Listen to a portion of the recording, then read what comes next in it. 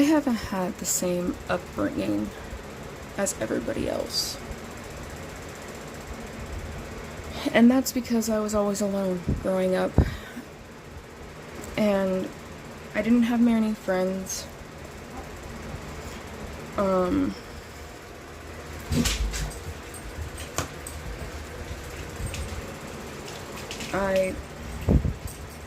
While other kids were playing dress up or hide and seek or having tea parties or sleepovers, I was in my room contemplating suicide, cutting myself, hurting myself, starving myself. Having a mental illness isn't easy, and since I'm being more open about my mental health, it's becoming a very lonely road. A lot of people don't want to hear about mental health. They don't want to think about everything. Because when people first hear about mental health, they think the assumptions. You have a mental illness. You must be crazy. You have a mental illness. You're unstable. You have a mental illness. I can't be around you. You're just going to sit there, manipulate and abuse me, and you're going to sit there and hurt me. You're unstable. You're not safe to be around. I spent years hiding who I am. Years. And people don't realize that the face that they've seen all these years has been a mask. I am now taking that mask off, and they're realizing who I really am internally. And people are like saying WTF because they don't want to know or see this side of me. They don't realize that I have the mouth of a sailor. They don't realize that I'm very, very blunt. The only person who I've ever really been like this around was either Cindy, my best friend, or my ex-husband.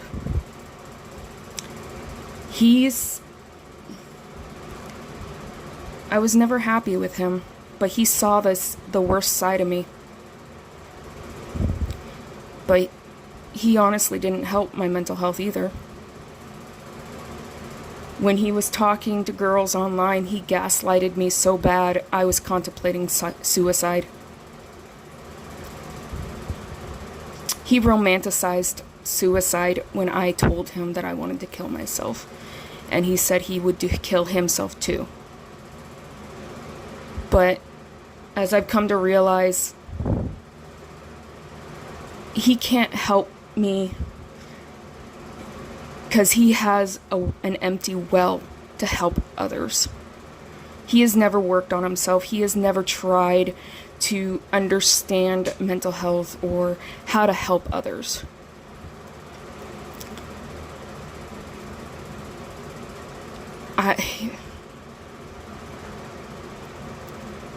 I'm slowly getting to the point where I'm no longer being angry with him, more annoyed. I don't hate him, because if I hold on to the hate, it's not going to do anything with him. It's not going to do anything towards him. It's just going to destroy me emotionally and internally and mentally. And I don't need that. So as they say in dialectical behavior therapy, you have to radically accept things that you can't change. And that is one thing I can't change, is the things that have happened in my marriage. Yes, we had an entire marriage around lies. I have no idea how long he was cheating on me, how many girls he's been with. I need to get checked for an STD to make sure I don't know how many people I have no idea how much he's lied to me.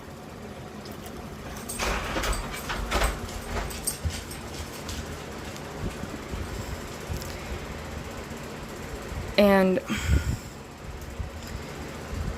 people don't understand what it means to self-sabotage.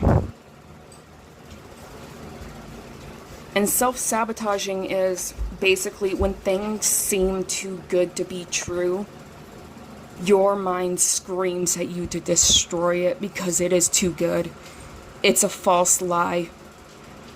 And you have to stop it because it's gonna end up hurting you because it's a lie and it's gonna smack you in the face. And you have to stop it because you're just gonna be hurt. This thing that's too good to be true is gonna do nothing but hurt you in the end. And so you sabotage yourself. You sabotage relationships, you sabotage work, you sabotage everything. Because your mind tells you you're not good enough for it. Your mind tells you you're too worthless for it. I've spent so many years thinking I'm worthless. I have spent so many years thinking I was less than. And I never thought myself pretty because I've always been overweight.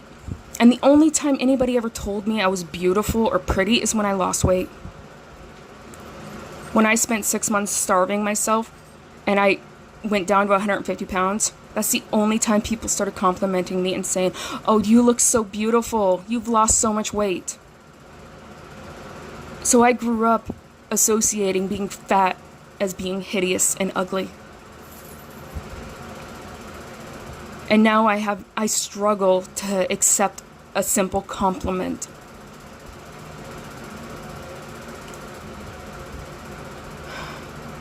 I self-sabotage because I don't know how to communicate with people because I never learned those social skills like the average child or person.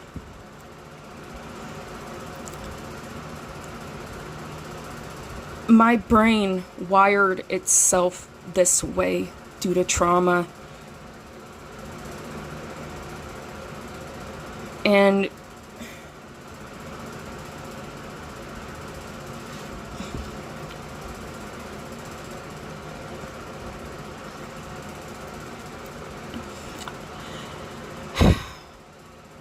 I'm just now learning what it means to stand on my own 2 feet.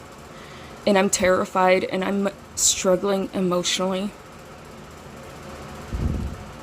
My depression has skyrocketed.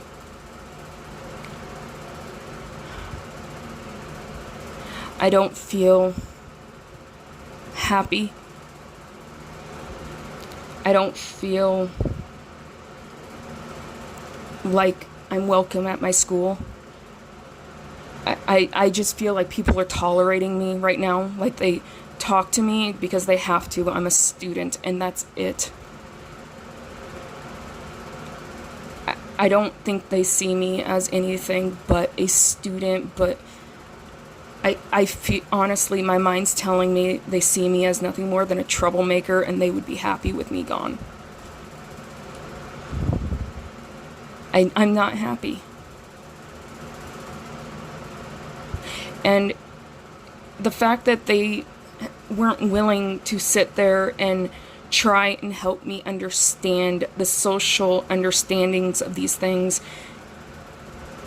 Instead, they invalidated my feelings and just kept saying, "Yeah, you're brave for talking about this, but there's nothing I can do."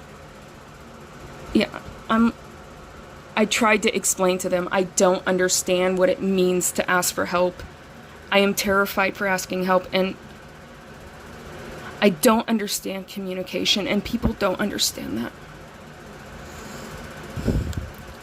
I don't understand communication in the professional environment, and people don't understand that. It's why I barely ever talked when I did work study. People don't realize that. I lived my life in fear of showing who I am because I knew if I showed who I am, people wouldn't like me. I know people would say I am a massive, excuse the language, a massive bitch,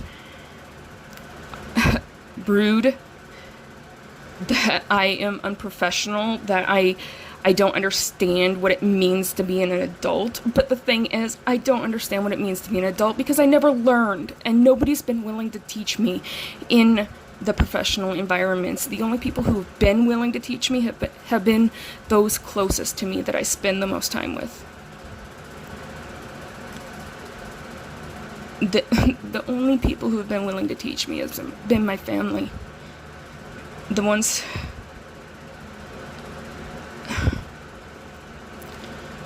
And I can't tell you how happy I am that me and my aunt are talking about either me and my mom are going to be moving in with her, or we're going to be moving closer to each other so I can help her out with her and her kids. I can help out with my grandparents. I can't tell you how happy that makes me. Because I can sit and lean on somebody who can help me understand what it means to be an adult. Because people don't understand. I don't know what it means. I haven't had the same life experiences as everybody else. Because I've lived in a false reality. That poem isn't just a poem. That's been my reality of what my brain tells me. What my brain has been telling me since I was a child. I didn't write it just for people to say, oh wow, that's interesting. No, it was to tell you and inform you of my mind, of my thought process. I want people to realize that I don't understand certain things. And that's why I'm trying to talk about these things. I am working my ass off to learn to be that person that people can respect and be an adult. I'm learning. And I have to do all these skills not to disassociate every day, because when I disassociate, I literally can't remember the things that happened that day. When I got into a massive argument with my ex-husband and kicked him out, the only thing I remember that day is kicking him out. I barely remember anything that day after that. I disassociated until the next day. I don't remember. And people don't realize that. I don't have memories from my past because I was disassociating. I don't remember. I want to have those memories, but I can't because I disassociated. And the things that I was learning in reality, I was warping into my false reality, into my fantasy world.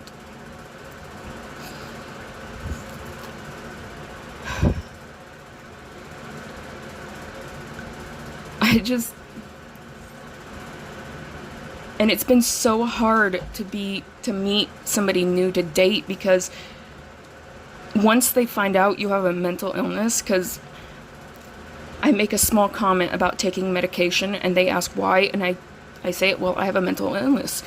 And I can't tell you how many times I've basically have been judged and told, yeah, it's just been the most comical thing I've ever dealt with nowadays.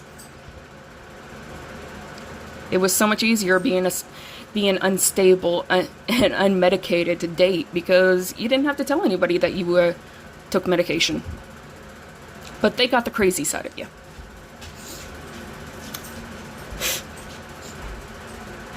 The moody side. I want to be stable. I have to practice my DBT skills every day not to disassociate. That's 28 skills every day, every hour. And that's not including what I do for school, what I do around this house, what I do for therapy, what I do for myself, for my own happiness. I have to practice mindfulness daily, regularly, and people don't know that. I have to mentally be present in order to remember the day. I have to journal every night so I can remember the day. So I don't do it every night. I'll admit, when I'm emotionally charged, I don't always write because I don't want to talk about it. I don't want to write. But those are the days when I should. Those are the days when I should really be writing, but I don't.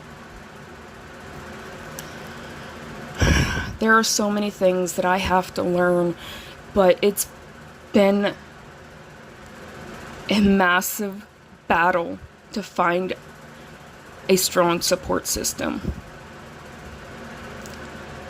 for that help. Because I know people have their own lives. I know people have their own things to do, work, lives, kids, school, friends, family, and I'm me who's too scared to reach out to anybody. Because when I was a teenager, if I did, I was ignored. If I reached out to an adult as a kid, I was brushed off or told to figure it out on my own. That's how the teachers always treated me. I don't know how to ask for help. I don't know how to reach out to people. I know my therapist tells me I need to talk. I can message her, talk to her anytime I want, but I don't. Even when I'm emotionally charged, I just don't, because I'm too scared to even reach out. And people don't know that. And I want to be happy and healthy. And it's been hard.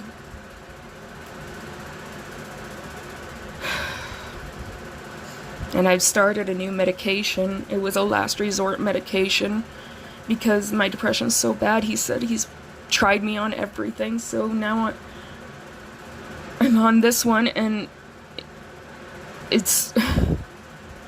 my God, I feel like... oh my God, I feel like shit.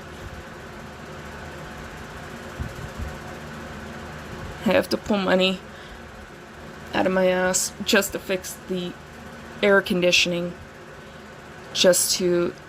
so I can stop sweating and feeling dizzy all day because of this medication. Because the only time I didn't feel this way is when I was over at my aunt's babysitting my baby cousins, and they had air conditioning. So that's the only time I didn't feel like this. So we have to break down and spend money that we don't have.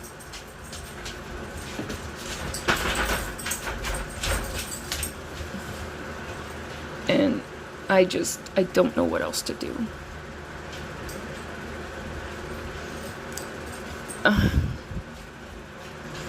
I wish I could say more inspirational things for people. I wish I could say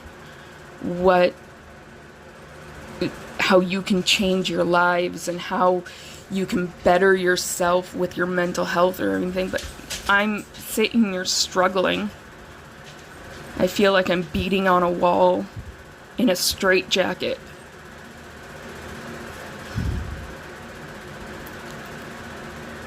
So, I'm sorry if I'm not inspirational or have any grand advice for you, but, yeah.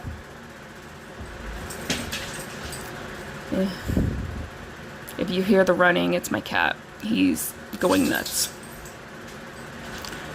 Anyways, Thank you for listening.